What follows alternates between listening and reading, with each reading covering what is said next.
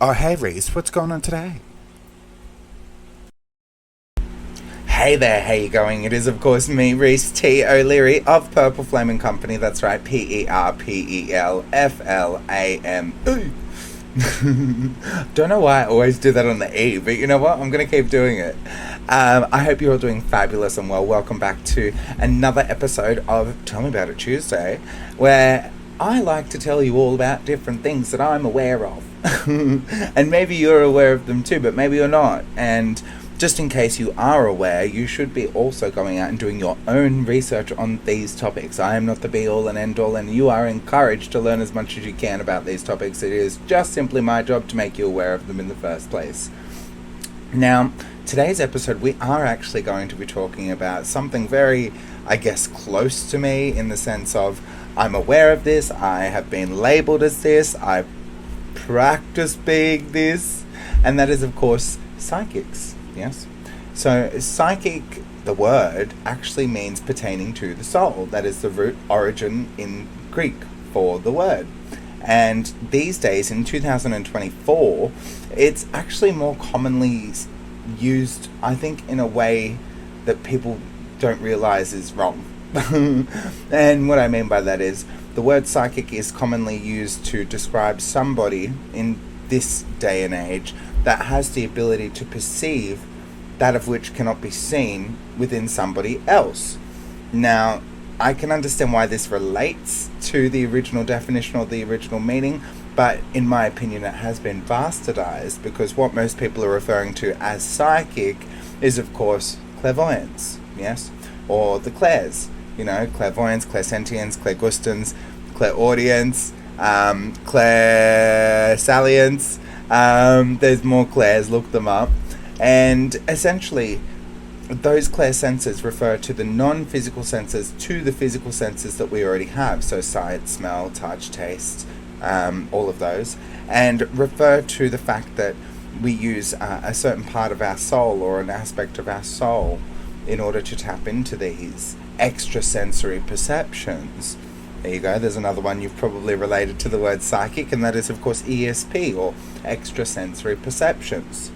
So, psychics in 2024 are really, commonly perceived to be card readers, right? So, reading cards, which, of course, cartomancy is what cards relate to. That's another episode. And this inherently is wrong. Cards or tarot cards, or in this, what I'm holding, oracle cards, are actually not what makes a psychic a psychic. And as I said earlier, I do believe we are using the word psychic in the wrong context, wholly and solely because that is not what the word means.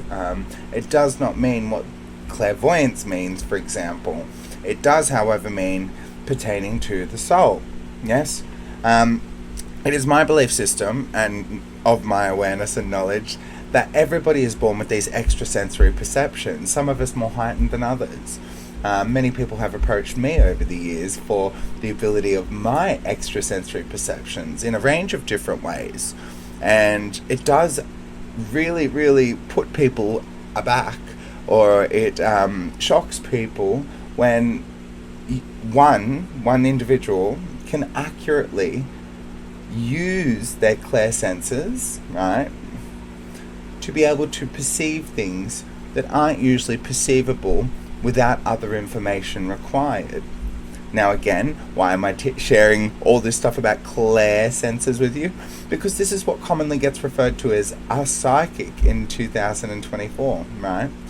Now, being a psychic, or let's put that another way, being well known as a psychic in the community can be quite interesting, let's put it.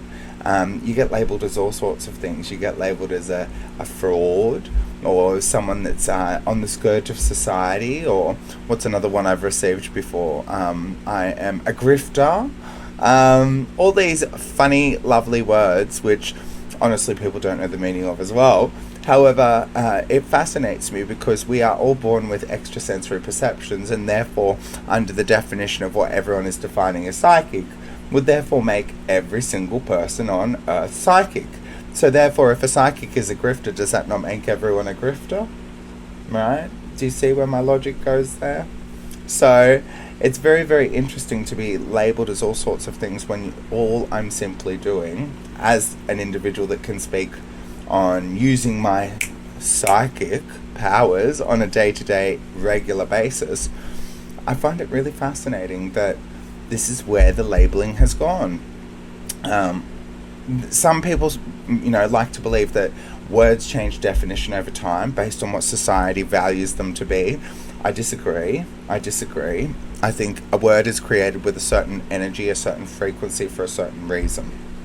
So therefore, anytime you're looking at someone with some extrasensory abilities or perceptions, or you're interacting with them, try not to label them as a psychic, because a psychic, as I said, the word psychic refers to and relates to that of which pertains to the soul. Sorry, I don't know, I was pointing up here for the soul. The soul is everywhere in the body, right? Now, let's talk about what people mean by actual psychic. So the clairsenses, again, these clairsenses, again, are so easily trained. They're so easily grown and developed, and furthermore exemplified in our day-to-day actions. Everybody has intuition. Everybody has gut feelings, for example. Everybody can sense energy. It is, however, incumbent on the individual to tune or attune themselves to a certain degree to be able to perceive on higher levels, or to perceive further depths of information that is available out there in the ether floating around us. And if you don't believe in energy, then why do you believe in Wi-Fi, right? Why? Because there's a scientific study backed behind it? Well, guess what? There are scientific studies backed behind ESP. They may or may not be publicly available to everybody, but let me assure you, the science, or the meta-science of ESP, so extrasensory perceptions, is out there. Yes, it is available, and there is so much evidence and proof to show how much we as individuals have this ability, and what we can use it for, and what we do use it for. I'll give you a few examples. Have you ever walked out to the mailbox and you already know how many letters there are in the mailbox? Or maybe you're driving on the road, or you're in a vehicle and you can see up ahead, in your vision, so to speak, you can see someone's about to merge lanes in front of you, right? So you slow down ahead of time. You might also make some really wildly accurate guesses in some other areas of your life, and just come to learn that you're extremely clairsentient, or clairaudient, or clairgustant, or clairvoyant, of course. Now, it is really fascinating when people do get mislabeled, or do get labeled within society as a psychic, yeah? Because, again, the negative connotations that come along with that are astounding to me. They are astounding, because essentially all I've done is structured myself in a way where I can constantly improve and do exercises and work on that of which I call the clairsenses, yes? And there are exercises that anyone and everyone can do in order to progress themselves further, in order to strengthen this muscle, or these muscles, yes, even though they're not physical muscles. I always like to explain to people extending your psychic hearing, it's like going to a gym, right? Extending your clairaudience, your clairsentience, your clairgustance, I should say, clairsalience, right? Extending these is much like going to the gym for your physical body, just for your extrasensory perceptions.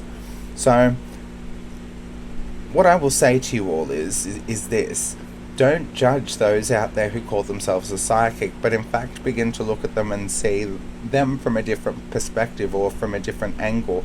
Have a look at why they're calling themselves a psychic. Generally speaking, many psychics out there, yes, there's a lot of frauds, but there are many genuine folks out there. And what I mean by fraud is these are just your average people with average intuition, right? They're not professionals in their field.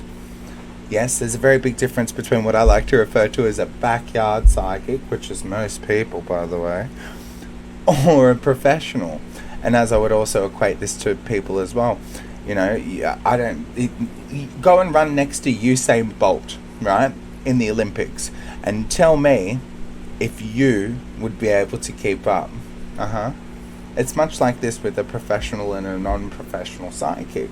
Again, everybody is intuitive. Everybody does have the capabilities to be able to quite literally perceive things that are outside of their reality or outside of their world, in other people's worlds, in other people's mindsets, mentalities.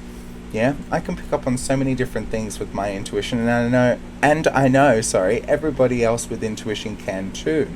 We just don't often pay attention or lean in to our intuition enough in order for it to be speaking to us in a way that we would absolutely comprehend, understand, and furthermore want to develop further. So if there's something I can leave you with today with this episode, it is to explore your intuition and your clairsenses more, and to ensure that you are on some levels extending that as far as you possibly can by way of doing further exercise with them, right? And that does take time, and that does take effort, and it takes a certain level of relationship with oneself to be able to extend your clairsenses further. But you won't regret doing it, I can promise you that. Yes. So I will give you all some tips in another video at another time on how you can strengthen these muscles, right? But for now, I'm going to love you all and leave you. And thank you very much for joining me for Tell Me About It Tuesday. Alrighty, bro. Bye. Catch us on the flip side.